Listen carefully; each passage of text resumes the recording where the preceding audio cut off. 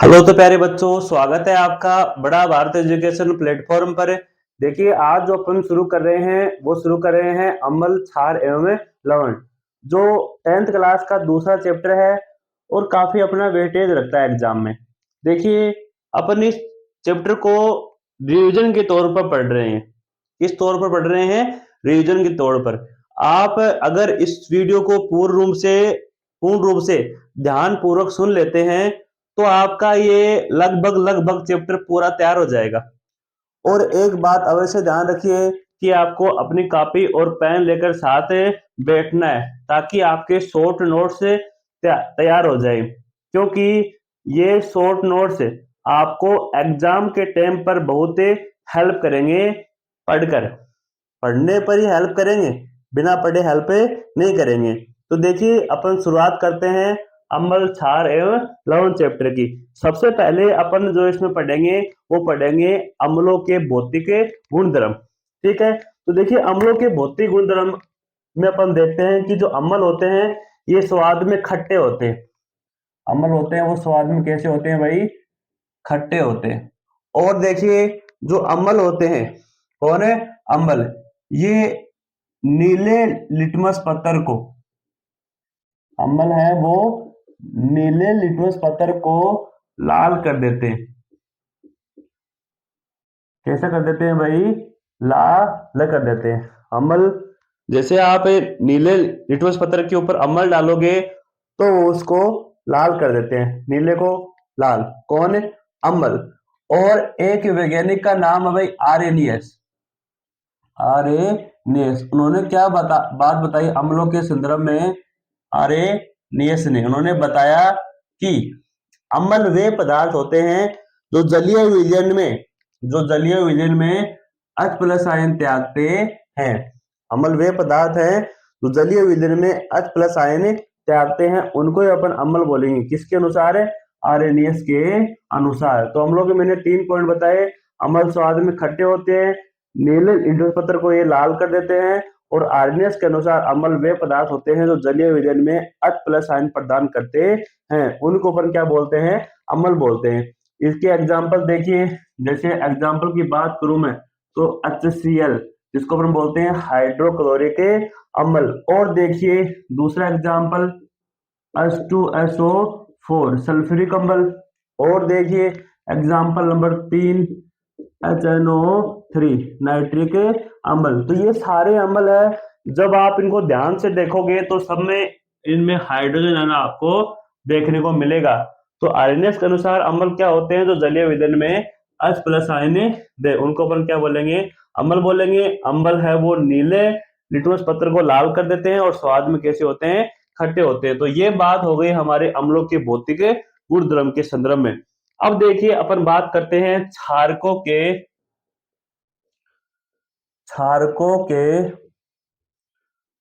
भौतिक गुणधर्म। क्षारकों के भौतिक गुणधर्म, क्षार के भौतिक गुणधर्म देखेंगे अपन। तो सुनिए, तो क्षारक होते हैं वो स्वाद में कड़वे होते हैं। स्वाद में कैसे होते हैं भाई? कड़वे होते हैं। या फिर अपन बोलेंगे कि क्षारक होते हैं वो स्वाद में कड़वे होंगे या फिर तीखे होंगे। उसके बाद जो अपन लिटमस पत्र का केस लेंगे, अम्ल तो नीले लिटमस पत्र को लाल कर देते हैं, जबकि जो क्षारक होते हैं वो लाल लिटमस पत्थर को नीला कर देते हैं। कैसा कर देते हैं भाई? नीला। कौन है? क्षारक। और देखो, जो आर्रेनियस वैज्ञानिक है, कौन है? आर्रेनियस। आर्रेनियस जो वैज्ञानिक है, उन्होंने बताया कि क्षारक वे पदार्थ होते हैं जो जलीय विलयन में OH माइनस आयन प्रदान करते हैं। वो क्या होंगे? क्षारक होंगे। जैसे एग्जाम्पल की बात करूं मैं तो मेरे पास क्षारक का पहला एग्जाम्पल है NaOH, सोडियम हाइड्रोक्साइड, जिसके अंदर आपको OH आयन देखने को मिलेगा। क्यों? क्योंकि आर्रेनियस ने बताया कि जो क्षारक वो ही होंगे जो जलीय विलयन में OH माइनस आयन प्रदान करे। तो यहाँ पर जो NaOH है, सोडियम हाइड्रोक्साइड है, जैसे आप इसको पानी में डालोगे तो ये Na+ और OH माइनस में अलग हो जाएगा। इसका मतलब ये है कि जलीय विलयन में OH माइनस आयन दे रहा है, तो ये क्या है, क्षार है। उसके बाद एग्जाम्पल नंबर दूसरा लीजिए। जैसे एग्जाम्पल लेते हैं अपन दूसरा KOH, पोटेशियम हाइड्रोक्साइड। इसका नाम क्या है, पोटेशियम हाइड्रोक्साइड। तो ये जब इसको भी अपन जल में डालेंगे तो ये भी OH माइनस आयन प्रदान करेगा। इसका मतलब ये क्या है, क्षार है। किसके अनुसार, आर्हेनियस के अनुसार। तो क्षारकों के भौतिक गुणधर्म फिर से सुन लीजिए, कड़वे होते हैं, तीखे होते हैं, और ये लाल लिटमस पत्र को नीला कर देते हैं, और आर्हेनियस के अनुसार OH माइनस आयन प्रदान करेंगे, वही क्या होंगे, क्षार होंगे। इतनी बात आपको समझ में आ गई। अगर इतनी बात आपको समझ में आ गई तो वीडियो को पॉज कर आप इसको उतार सकते हैं। इसके बाद देखिए जो हमारा अगला पॉइंट है वो है सूचक। अब देखिए, अब सूचक की बात करते हैं अपन। सूचक को इंग्लिश में बोलते हैं इंडिकेटर। सूचक, अब सूचक क्या होते हैं, जो सूचना देते हैं। सूचक का नाम से है सूचक, जो सूचना देते हैं। तो मैं अब इसकी परिभाषा बोल रहा हूं। वे पदार्थ जो अम्लता और क्षारकता की जांच करते हैं, वे पदार्थ जो अम्लता या क्षारकता की जांच करते हैं, उन पदार्थों को अपन सूचक बोलते हैं। वे पदार्थ जो अम्लता और क्षारकता, यानी कि कौन अम्ल है कौन क्षारक है, इसकी जांच करते हैं। क्या करते हैं भाई, जांच। उन पदार्थों को अपन सूचक बोलते हैं। जो अम्लता क्षारकता की जांच करते हैं, उन पदार्थों को अपन क्या बोलेंगे, सूचक बोलेंगे। और सूचक मुख्य रूप से दो प्रकार के होते हैं। कितने प्रकार के होते हैं भाई, दो प्रकार के होते हैं। एक होता है प्राकृतिक सूचक, एक जो सूचक होता है वो होता है प्राकृतिक सूचक, और जो दूसरा प्रकार है वो है कृत्रिम सूचक। दूसरा प्रकार कौन सा है भाई, कृत्रिम सूचक। अब बात करते हैं अपन प्राकृतिक सूचक की। वे सूचक जो हमें प्रकृति से प्राप्त होते हैं, उनको अपन बोलेंगे प्राकृतिक सूचक। नाम ही इसके प्राकृतिक सूचक। वे सूचक जो हमें प्रकृति से प्राप्त होते हैं, उनको अपन बोल देंगे प्राकृतिक सूचक। ये तो बड़ी सिंपल बात है, लेकिन इनके उदाहरण है, एग्जाम्पल, वो आपको ध्यान में रखना है। एग्जाम्पल की बात करें तो हमारे पास जो हल्दी है, हल्दी आप सब जानते होंगे हल्दी को। तो ये भी क्या है कि प्राकृतिक सूचक है, जो हमें कौन अम्ल है कौन क्षारक है इसकी जांच करवाता है। और जो दूसरा एग्जाम्पल है वो है लिटमस पत्थर।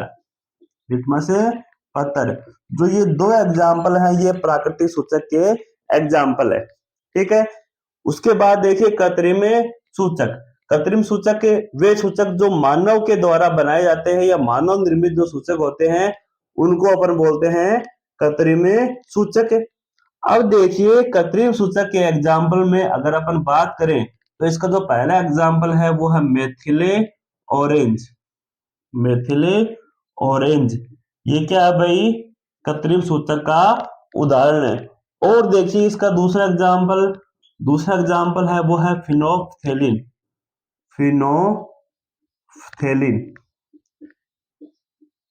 फिनोफ्थेलिन जो मेथिल ऑरेंज है और फिनोफ्थेलिन है, ये दोनों ही अम्लता और क्षारकता की जांच करने में काम में आते हैं, और ये मानव निर्मित है, इसलिए इनको कृत्रिम सूचक अपन ने बोला है। सूचक क्या होते हैं, जो अम्लता और क्षारकता की जांच करते हैं, उनको अपन क्या बोलेंगे, सूचक बोलेंगे। सूचक कितने प्रकार के होते हैं, दो प्रकार के। एक होता है प्राकृतिक सूचक और दूसरा होता है कृत्रिम सूचक, जो हमें प्रकृति से मिले। प्राकृतिक सूचक हल्दी और लिटमस पत्थर, और जो हमें कृत्रिम अपन बनाते हैं कृत्रिम रूप से, उनको अपन बोलेंगे कृत्रिम सूचक, जैसे कि मेथिल ऑरेंज और फिनोफ्थेलिन। उसके बाद देखिए हमारी अगली हेडिंग है वो है धातुओं की क्षारक के साथ अभिक्रिया। जो हमारे पास जो धातु होती हैं, जब हम उन धातुओं की अभिक्रिया क्षारकों के साथ करवाते हैं तो क्या होता है। अब देखिए जब अपन धातुओं की क्षारक के साथ अभिक्रिया कराएंगे तो अपन के पास एक तो बनेगा लवण, और दूसरी जो बनेगी वो बनेगी हाइड्रोजन गैस। कौन बनेगी भाई, हाइड्रोजन गैस। जब अपन धातुओं की क्षारक के साथ अभिक्रिया करवाते हैं तो अपन के पास दो चीजें प्राप्त होती हैं, एक होता है लवण और दूसरा होता है वो हाइड्रोजन गैस। देखिए अपन एग्जांपल लेते हैं, जैसे अपन धातु जो लेते हैं वो लेते हैं जिंक धातु। क्या लेते हैं भाई, जिंक धातु। और जो अपन क्षार लेंगे वो लेंगे NaO H। जब हम अपन जिंक धातु की अभिक्रिया सोडियम हाइड्रोक्साइड क्षार से कराते हैं तो अपन के पास दो चीजें बनेंगी, एक लवण बनेगा, दूसरी हाइड्रोजन गैस बनेगी। तो देखिए जो हमारे पास यहाँ पर जो लवण प्राप्त होता है वो होता है Na2 ZnO2, जिसको अपन बोलते हैं सोडियम जिंकेट। इसका जो नाम है वो है सोडियम जिंकेट है। और साथ में जो गैस बनती है वो बनती है हाइड्रोजन गैस। तो इस प्रकार हमारे पास उत्पाद बनते हैं लवण और हाइड्रोजन गैस से। कब? जब अपन क्षारक की अभिक्रिया किससे कराएंगे भाई? धातु से कराएंगे। यहाँ पर जिंक धातु है और NaOH ये क्षार है। जब ये दोनों आपस में अभिक्रिया करे तो हमारे पास लवण और हाइड्रोजन गैस प्राप्त हो गई। जो लवण का नाम है वो है सोडियम जिंकेट और हाइड्रोजन गैस है ही। तो अपन के पास ऐसे उत्पाद बनते हैं जब अपन धातु की क्षारक के साथ क्या कराते हैं भाई? अभिक्रिया कराते हैं। उसके बाद देखिए अगली हेडिंग क्या है कि जो धातु कार्बोनेट है, जो जो यहाँ पर एम है, ये कोई मेटल है, धातु है, और जब ये CO3 के साथ जुड़ जाती है तो इसको बोलेंगे अपन धातु कार्बोनेट। ठीक है, ये है धातु हाइड्रोकार्बोनेट। जब अपन धातु कार्बोनेट और धातु हाइड्रोकार्बोनेट की अम्ल के साथ क्या करते हैं भाई? अभिक्रिया करवाते हैं तो हमारे पास क्या उत्पाद बनते हैं? जब अपन धातु कार्बोनेट धातु हाइड्रोकार्बोनेट की अम्ल के साथ अभिक्रिया करवाते हैं तो हमारे पास क्या उत्पाद हमें प्राप्त होता है? तो देखिए जब अपन धातु कार्बोनेट व धातु हाइड्रोकार्बोनेट की अभिक्रिया अम्ल से करवाते हैं तो हमारे पास तीन उत्पाद बनते हैं। एक हमारे पास जो उत्पाद आता है वो आता है लवण, दूसरी आती है पानी, और तीसरा आता है CO2 गैस। तो हमारे पास ये तीन उत्पाद बनते हैं, लवण, जल और CO2 गैस। कब है? जब अपन धातु कार्बोनेट की और धातु हाइड्रोकार्बोनेट की किसके साथ अभिक्रिया करवाएं? अम्ल के साथ अभिक्रिया करवाएं। तो देखिए अपन इसको एग्जाम्पल से ही समझते हैं। जैसे अपन धातु कार्बोनेट जो लेंगे वो अपन लेंगे Na2CO3। Na2CO3 ये हमारे पास सोडियम धातु है तो इसका कार्बोनेट हो जाएगा Na2CO3। और जो धातु हाइड्रोकार्बोनेट है वो लेंगे अपन सोडियम हाइड्रोकार्बोनेट। जब अपन इनकी अभिक्रिया करवाते हैं अम्ल से, अम्ल अपन एक ही जानते हैं वो है HCl। जब अपन धातु कार्बोनेट की अम्ल के साथ अभिक्रिया करवाते हैं तो हमारे पास कितने उत्पाद प्राप्त होते हैं? तीन, लवण, जल और CO2 गैस। तो यहाँ पर जो लवण बनेगा वो बनेगा NaCl प्लस साथ में क्या बनेगा? H2O और साथ में मुक्त होगी CO2 गैस। तो इस प्रकार हमारे पास यहाँ पर उत्पाद प्राप्त होते हैं। मैं यहाँ पर इसको बैलेंस नहीं कर रहा हूँ, वैसे ही लिख रहा हूँ। उसके बाद देखिए दूसरी समीकरण, जब अपन किसकी अभिक्रिया? अम्ल की अभिक्रिया किससे करवाते हैं? धातु हाइड्रोकार्बोनेट से। तो हमारे पास जो उत्पाद बनेगा वो वही, ये कि तीनों को तीनों उत्पाद बनेंगे कौन से? लवण, जल और CO2 गैस। तो इस प्रकार हमारे पास तीन उत्पाद बनते हैं, लवण, पानी और CO2 गैस। कब प्राप्त होंगे? जब अपन अम्ल की अभिक्रिया किससे कराएंगे? धातु हाइड्रोकार्बोनेट से और धातु कार्बोनेट से। ठीक है, अब वीडियो को पॉज करके इनको उतार सकते हैं। अपन अगली हेडिंग की बात करते हैं। जो हमारी अगली हेडिंग है वो है उदासीनीकरण अभिक्रिया। कौन सी अभिक्रिया? उदासीनीकरण अभिक्रिया। ये कौन सी अभिक्रिया है भाई?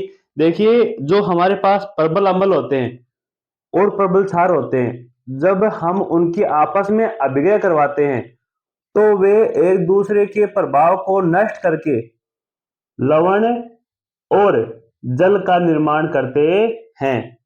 जब प्रबल अम्ल और प्रबल क्षार की अपन आपस में अभिक्रिया करते हैं तो वे आपस में एक दूसरे के प्रभाव को नष्ट करके लवण और जल का निर्माण करते हैं। ऐसी अभिक्रिया को अपन बोलते हैं उदासीनीकरण अभिक्रिया। हम यहाँ पर इसका एग्जाम्पल लेकर आपको समझाते हैं। देखिए जो हमारे पास प्रबल क्षार है वो अपन लेते हैं NaOH, प्रबल क्षार है। और जब इस प्रबल क्षार की अभिक्रिया अपन प्रबल अम्ल से कराते हैं, प्रबल अम्ल प्रबल अम्ल अपन लेते हैं हाइड्रोक्लोरिक अम्ल। जब ये दोनों आपस में अभिक्रिया करेंगे तो अपने एक दूसरे के प्रभाव को नष्ट कर देंगे और क्या बनाएंगे, लवण, लवण NaCl, और किसका निर्माण करेंगे भाई, जल का। तो ऐसी अभिक्रिया को अपन बोलते हैं उदासीनीकरण अभिक्रिया। ऐसी अभिक्रिया जिसमें प्रबल अम्ल और प्रबल क्षार आपस में अभिक्रिया करके अपने प्रभाव को खत्म कर लवण और किसका निर्माण करते हैं, जल का। ऐसी अभिक्रिया को अपन बोलते हैं उदासीनीकरण अभिक्रिया। ठीक है, उसके बाद देखिए अगली हेडिंग है हमारी धात्विक ऑक्साइड। धात्विक ऑक्साइड कैसे कौन से होते हैं। अब देखिए जब अपन धातुओं की अभिक्रिया ऑक्सीजन से कराते हैं तो हमारे पास जो प्राप्त होते हैं वो होते हैं धात्विक ऑक्साइड। जो ये हमारे पास धातु है ये ऑक्सीजन के साथ अभिक्रिया करेगी तब हमारे पास जो प्राप्त होंगे वो प्राप्त होंगे धात्विक ऑक्साइड। यहाँ पर कॉपर ऑक्साइड हमें प्राप्त हो गया, कॉपर एक धातु है, ऑक्सीजन साथ में जुड़ गई तो इसको बोल देंगे धात्विक ऑक्साइड। जैसे हमारे पास और भी एग्जांपल है, जैसे अपन जिंक धातु की अभिक्रिया ऑक्सीजन से कराते हैं तो हमारे पास बनता है जिंक ऑक्साइड। ये सारे कौन से हैं भाई, धात्विक ऑक्साइड। वैसे ही एक और हमारे पास धात्विक ऑक्साइड है वो है MgO, मैग्नीशियम ऑक्साइड। तो जब धातु ऑक्सीजन के साथ अभिक्रिया करती है तो हमारे पास जो उत्पाद बनता है वो बनता है धात्विक ऑक्साइड। और इन धात्विक ऑक्साइड की जो प्रकृति होती है वो प्रकृति होती है इनकी क्षारीय प्रकृति। कैसे प्रकृति होती है भाई, क्षारीय प्रकृति होती है किनकी, धात्विक ऑक्साइड की। धातु ऑक्साइड, धातु प्लस ऑक्सीजन क्या बोल देंगे, धात्विक ऑक्साइड। और इनकी जो प्रकृति होती है वो कैसी होती है भाई, क्षारीय प्रकृति होती है। अब बात करते हैं अपन अधात्विक ऑक्साइड की। जब अधातु, जैसे कार्बन एक अधातु है, नाइट्रोजन भी क्या है कि अधातु है।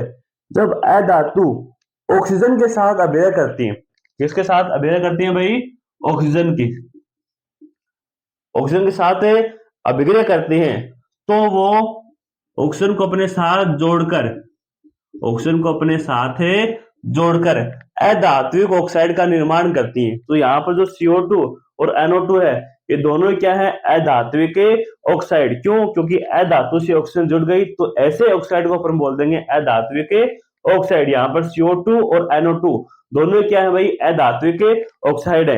ये होते हैं अधात्विक ऑक्साइड। और इन अधात्विक ऑक्साइड की जो प्रकृति होती है, इनका जो नेचर होता है वो अम्लीय नेचर होता है। इनकी जो प्रकृति होती है वो होती है अम्लीय प्रकृति। कैसे प्रकृति भाई, अम्लीय प्रकृति होती है। आपको ध्यान रखना है कि जो अधात्विक ऑक्साइड होते हैं इनकी प्रकृति अम्लीय होती है और जो धात्विक ऑक्साइड होते हैं इनकी प्रकृति क्षारीय होती है। ठीक है, उसके बाद देखिए अगली हेडिंग। देखिए जो हमारी अगली हेडिंग है वो हेडिंग तो नहीं है, एक एक्टिविटी है, एक क्रियाकलाप है। वो क्या बोलता है कि अपन एक पात्र लेंगे, क्या लेंगे भाई, एक पात्र लेंगे। इस पात्र में नीचे अपन रबर का क्या लगा देंगे भाई, कॉर्क लगा देंगे और इस रबर के कॉर्क पर अपन 2 कीले लगा देंगे। ये 2 आपको दिख रही हैं कीले। जब इन कीलों को 6 वोल्ट की बैटरी, कुंजी और बल्ब से जोड़ते हैं, जो ये हमारे पास ये है बल्ब से जोड़ते हैं और फिर वापस से कील से जोड़ देते हैं। अब देखिए ये तो हमारे पास एक परिपथ तैयार हो गया कि आप पात्र लो, उसमें कॉर्क लो रबड़ का और 2 कीले लगा दो और इन कीलों को बैटरी, कुंजी और बल्ब से आप जोड़ दो। अब क्वेश्चन आपसे ये है कि जब अपन इस पात्र में शुद्ध जल भरते हैं, एकदम शुद्ध वाटर, शुद्ध जल इसके अंदर भरते हैं और शुद्ध जल भरने के बाद जब अपन इस 6 वोल्ट की बैटरी का जो ये स्विच है इसको ऑन करते हैं तो जो हमारे पास जो बल्ब है क्या ये जलेगा? तो आपकी बुक में बोल रखा है कि ये बल्ब है नहीं जलेगा जब अपन शुद्ध जल में 6 वोल्ट की बैटरी से धारा प्रवाहित करते हैं। कब जलेगा? जब हम इस जल में अम्ल डालें। क्या डालें भाई? अम्ल। जैसे कि अम्ल हमारे पास HCl है, H2SO4 है, ऐसे बहुत सारे अम्ल है जो जल में डालने पर H+ आयन में टूट जाते हैं। तो जैसे आप इसमें कोई अम्ल डालोगे इस शुद्ध जल में और फिर कुंजी को ऑन करोगे तो इस परिपथ में धारा का क्या होगा भाई, प्रवाह होगा। समझ रहे हो, शुद्ध जल में नहीं होगा धारा का प्रवाह, परंतु जब आप इसमें अम्ल डालते हो ये अम्ल आयनों में टूट जाएगा, इन आयनों के कारण इस परिपथ में धारा का क्या होगा, प्रवाह होगा और ये बल्ब जलेगा। परंतु जब आप इन अम्लों को हटाकर इनको हटा दो और इनके स्थान पर आप ग्लूकोज को डालो, किसको डालो भाई, ग्लूकोज को डालो, तो धारा का प्रवाह नहीं होता। अम्ल डालेंगे शुद्ध जल में तो धारा का प्रवाह होगा, बल्ब जलेगा, परंतु इनको न डालकर अपन ग्लूकोज को डालें तो धारा का प्रवाह नहीं होता। ठीक है, इसके बाद देखिए जो हमारी अगली हेडिंग है वो हाइड्रोनियम आयन है। अब देखिए हाइड्रोनियम आयन क्या होते हैं, हाइड्रोनियम आयन अपन बोलते हैं H3O प्लस को अपन हाइड्रोनियम आयन बोलते हैं। और ये कब बनता है, जब आप शुद्ध जल में पानी डालते हो या पानी में आप अम्ल डालते हो, तब यहाँ पर अम्ल तो H+ आयन देंगे और इसके अंदर कौन है, पानी है, ये दोनों आपस में अभिक्रिया कर लेंगे और हाइड्रोनियम आयन का निर्माण कर लेते हैं। कैसे करेंगे, जैसे ये हमारे पास है H+ आयन और ये किसके साथ अभिक्रिया कर रहा है भाई, ये H2O यानी कि पानी के साथ अभिक्रिया करेगा, तो ये यहाँ पर 2 हाइड्रोजन है, एक हाइड्रोजन और जुड़ जाएगा तो हो जाएंगे H3O, परंतु ये प्लस का चार्ज है तो ये इसके ऊपर लग जाएगा, तो इसको अपन बोलेंगे हाइड्रोनियम आयन। ठीक है, इसके बाद देखिए अगली हेडिंग, देखिए जो हमारी अगली हेडिंग है वो है पीएच स्केल। ठीक है, अब देखिए पीएच स्केल क्या होता है कि ये हमारे पास कोई पदार्थ दिया गया है, उसके पीएच मान को पता करने के लिए अपन पीएच स्केल काम में लेते हैं। इसमें जो पी है ये पुसास शब्द से लिया गया है और इस पुसास शब्द का जो अर्थ होता है वो होता है शक्ति। क्या होता है भाई, शक्ति। अब इस पीएच स्केल में क्या करते हैं, आपके पास कोई भी जलीय विलयन दिया गया है, उस जलीय विलयन में हाइड्रोजन आयन की सांद्रता, किसी भी जलीय विलयन में हाइड्रोजन आयन की सांद्रता ज्ञात करने के लिए एक स्केल विकसित किया जिसको हम बोलते हैं पीएच स्केल। अब देखिए जो इस स्केल की जो सामान्य परास होती है वो 0 से लेकर 14 तक होती है। पीएच स्केल की जो परास होती है वो 0 से लेकर 14 तक होती है और इसका जो मध्य मान होता है वो 7 होता है। ठीक है, परास 0 से लेकर 14 तक है और जो मध्य मान होगा पीएच का वो कितना होगा, 7 होगा। अगर किसी विलयन का पीएच मान 7 है तो उस विलयन की जो प्रकृति होती है वो उदासीन प्रकृति होती है। अगर किसी विलयन का पीएच मान 7 है तो उसकी जो प्रकृति होती है वो उदासीन उसकी प्रकृति होती है। ठीक है, और अगर इस पीएच 7 से कोई कम है, अगर किसी विलयन की पीएच वो 7 से कम है तो उसकी जो प्रकृति है वो उसकी प्रकृति अम्लीय प्रकृति होती है। अगर पीएच मान 7 है प्रकृति उदासीन, 7 से कम है प्रकृति अम्लीय। अगर 7 से पीएच मान अधिक है, 7 और 14 के बीच में है, तो उसकी जो विलयन की प्रकृति होगी वो होगी क्षारीय प्रकृति। समझ में आ रहा है, जो पीएच स्केल होती है उसकी परास 0 से लेकर 14 तक होती है और 7 इसका मध्य मान है। अगर किसी विलयन का पीएच मान 7 है तो उसकी जो प्रकृति होगी उदासीन प्रकृति होगी। अगर पीएच मान 7 से कम है तो उसकी प्रकृति अम्लीय होगी और पीएच मान 7 से अधिक है तो उसकी प्रकृति कैसी होगी भाई, क्षारीय होगी। जब अपन उदासीन प्रकृति से इधर आते हैं तो हाइड्रोजन आयन की सांद्रता में क्या होती है भाई, वृद्धि होती है। जब अपन इस तरह से इस तरफ आते हैं तो हाइड्रोजन आयन की सांद्रता में क्या होती है, वृद्धि होती है। अगर हाइड्रोजन आयन की सांद्रता अधिक है तो वहां पर अम्लीय प्रकृति भी बढ़ती जाती है। जब अपन 7 से इधर जाते हैं तो इस तरफ जाने पर जो OH- आयन है, हाइड्रोक्साइड आयन है, इसकी सांद्रता में क्या होती है, वृद्धि होती है। अम्लीय प्रकृति की तरफ जाओ तो हाइड्रोजन आयन की सांद्रता बढ़ा देना, और क्षारीय प्रकृति की ओर जाओ तो OH माइनस आयन की सांद्रता बढ़ा देना। समझ में आ रहा है? तो ये है भाई पीएच स्केल। देखिए ये मैंने यहाँ पर कुछ पदार्थ लिख रखे हैं, इनके पीएच मान आपकी बुक में दे रखे हैं। वो क्या क्या दे रखे हैं वो भी एक बार आप ध्यान से सुन लीजिए। यहाँ पर जो लिखूंगा मैं पीएच मान लिखूंगा इन सभी यौगिकों का। तो देखिए जो अक्षीय हाइड्रोक्लोरिक अम्ल होता है इसका जो पीएच मान होता है वो 0 होता है, लगभग 0 होता है इसका पीएच मान। और जो जठर रस है जो हमारे अमाशय के द्वारा स्रावित होता है इसका जो पीएच मान होता है वो होता है 1.2, लगभग 1.2 इसका पीएच मान होता है जठर रस का। उसके बाद जो नींबू का रस है उसका जो पीएच मान होता है वो होता है 2.2। शुद्ध जल का जो पीएच मान होता है वो होता है 7, और जो रक्त का जो पीएच मान होता है वो होता है 7.4। MgOH2 मिल्क ऑफ मैग्नीशिया इसका जो पीएच मान होता है वो होता है 10, और अंत में जो सोडियम हाइड्रोक्साइड है इसका जो पीएच मान होता है वो होता है 14 यानी कि 14। तो ये मैंने कुछ यौगिकों के पीएच मान बताए हैं, और ये सभी मान अपन पीएच स्केल से ज्ञात किए। ठीक है, उसके बाद देखिए कुछ छोटे छोटे से टर्मिनोलॉजी है, जैसे कि परबल अम्ल अपन किसको बोलेंगे, परबले अम्ल किसको बोलेंगे। देखिए परबल अम्ल किसको बोलेंगे, वे अम्ल जो जलीय विलयन में हाइड्रोजन आयन की अधिक मात्रा में स्रावित करें। वे अम्ल जो जलीय विलयन में अधिक मात्रा में हाइड्रोजन आयन प्रदान करें उनको अपन बोलेंगे परबले अम्ल। परबल अम्ल का अगर उदाहरण देखिए अपन तो हो जाएगा HCl। ठीक है, उसके बाद देखिए दूसरी जो टर्मिनोलॉजी हमारे पास वो है दुर्बले अम्ल। दुर्बल अम्ल किसको बोलेंगे, वे अम्ल जो जलीय विलयन में कम मात्रा में हाइड्रोजन आयन त्यागे।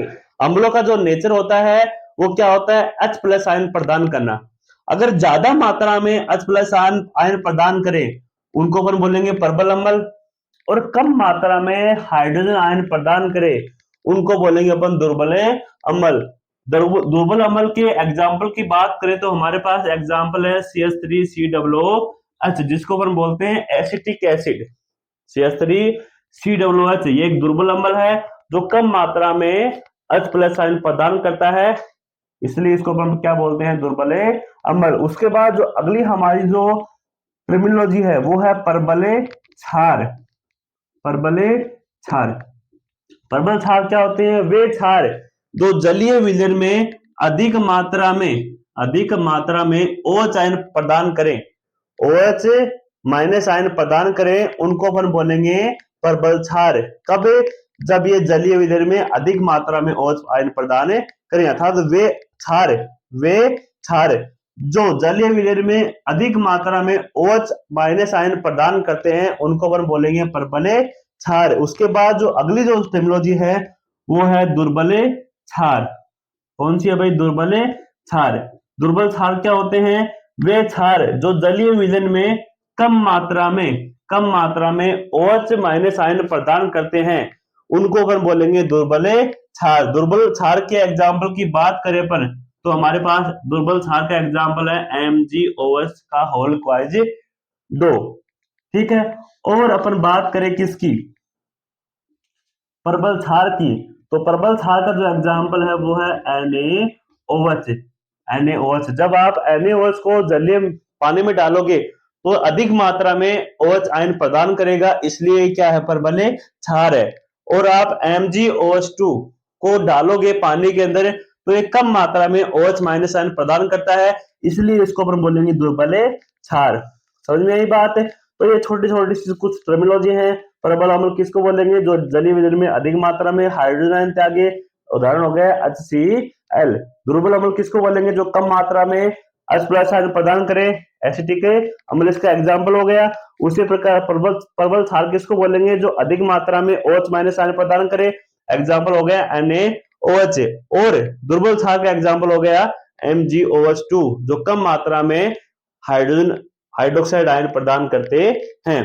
ठीक है, आप वीडियो को पॉज करके इनको उतार सकते हैं और अपने शॉर्ट नोट्स तैयार कर सकते हैं, क्योंकि ये शॉर्ट नोट्स हैं वो एग्जाम के टाइम पर बाइबल के रूप में काम करते हैं। ठीक है, तो आप वीडियो को पॉज करके इनको उतार सकते हैं। देखिए, जो हमारी अगली हेडिंग है वो है दैनिक जीवन में पीएच के महत्व।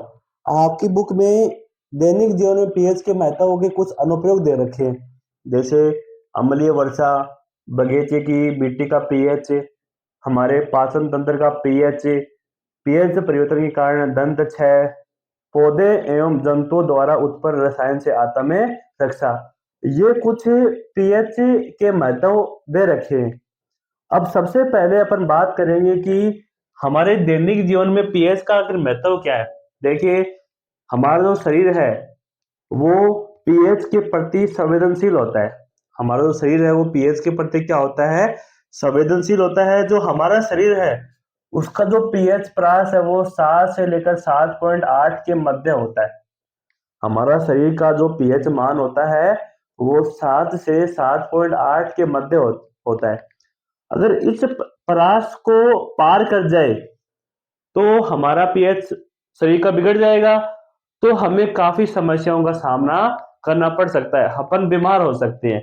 तो इसका मतलब ये है कि जो जीव जंतु होते हैं, पेड़ पौधे होते हैं, वो पीएच के प्रति क्या होते हैं भाई, संवेदनशील होते हैं। पीएच का उनके जीवन पर प्रभाव पड़ता है।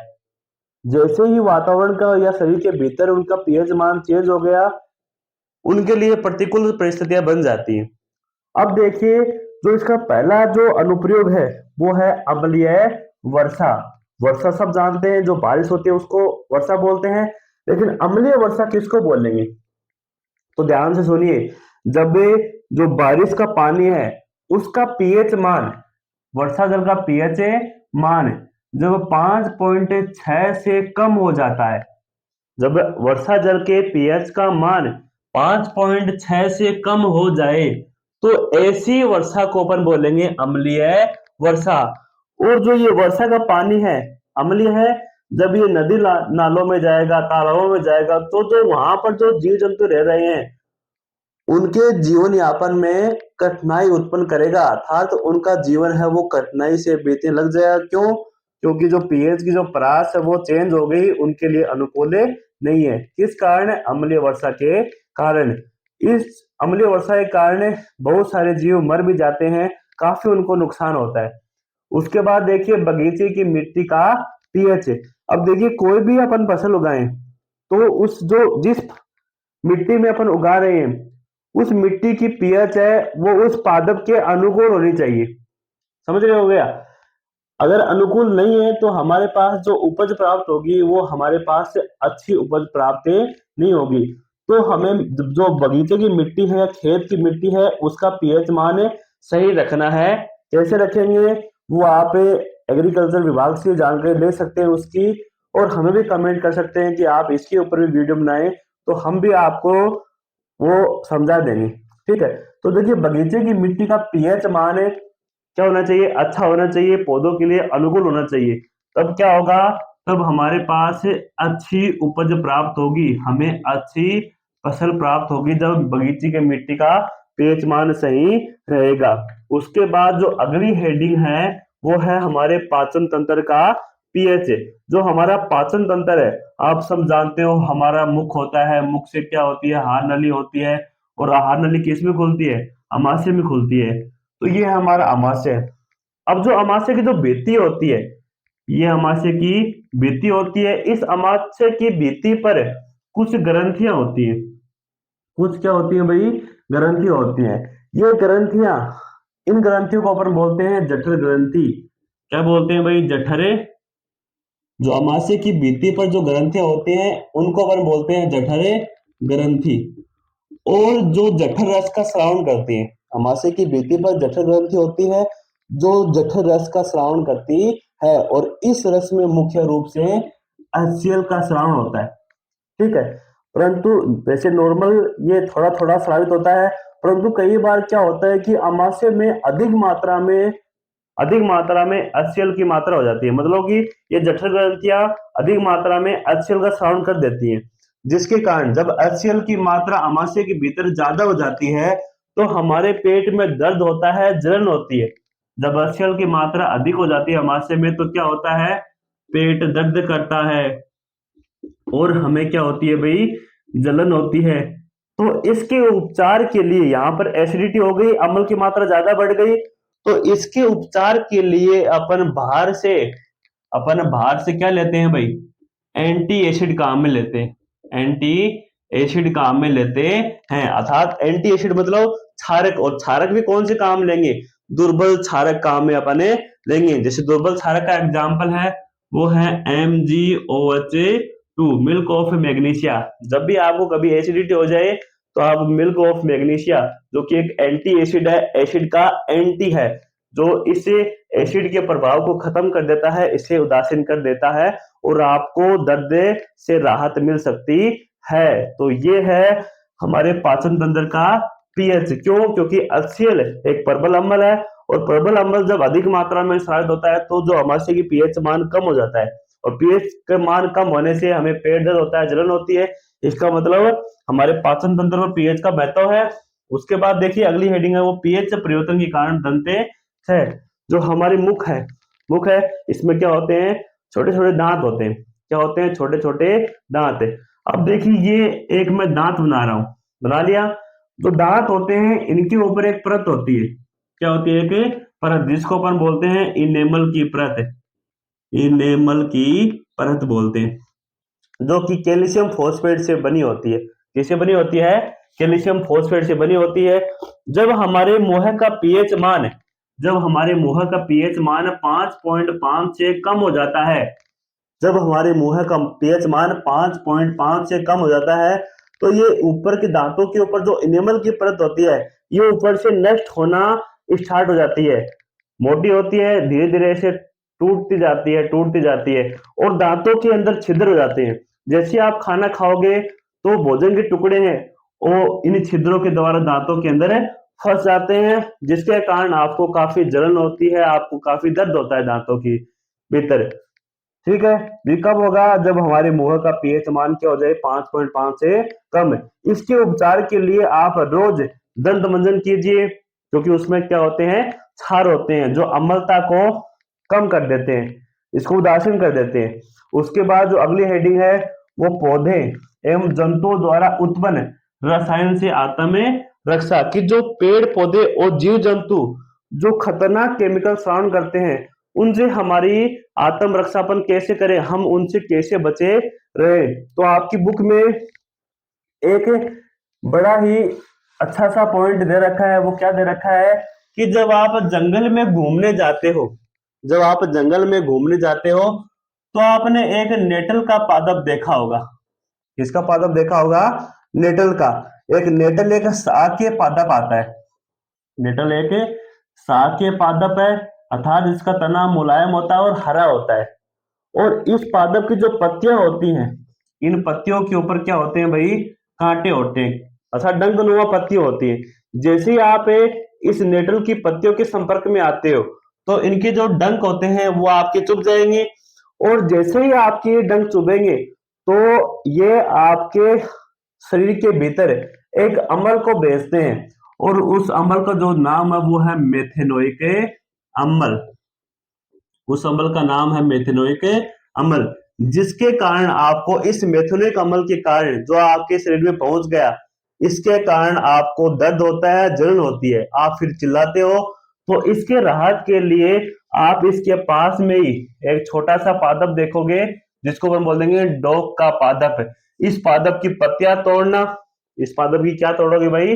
पत्ती तोड़ोगे, और पत्तियों को अपने जहां पर ये डंक चुभा है इस नेटल की पत्ती का, वहां पर आप उसको रगड़ लेना, फिर आपको दर्द से क्या मिल जाएगा भाई? राहत मिल जाएगी, क्योंकि इसके भीतर क्या होता है? एंटी एसिड होता है। क्यों? क्योंकि ये मेथेनोइक एक अम्ल होता है, और इस अम्ल को उपचार कौन करेगा? डोक की पत्ती करेगी, जो क्षारीय होती है। ठीक है, अब देखिए कुछ आपकी बुक में कुछ कुछ दे रखे हैं, जैसे सिरका, नींबू का रस। इसके भीतर कौन कौन से अम्ल होते हैं उनके बारे में अब यहाँ पर एक अपन एक सारणी बनाएंगे। ठीक है,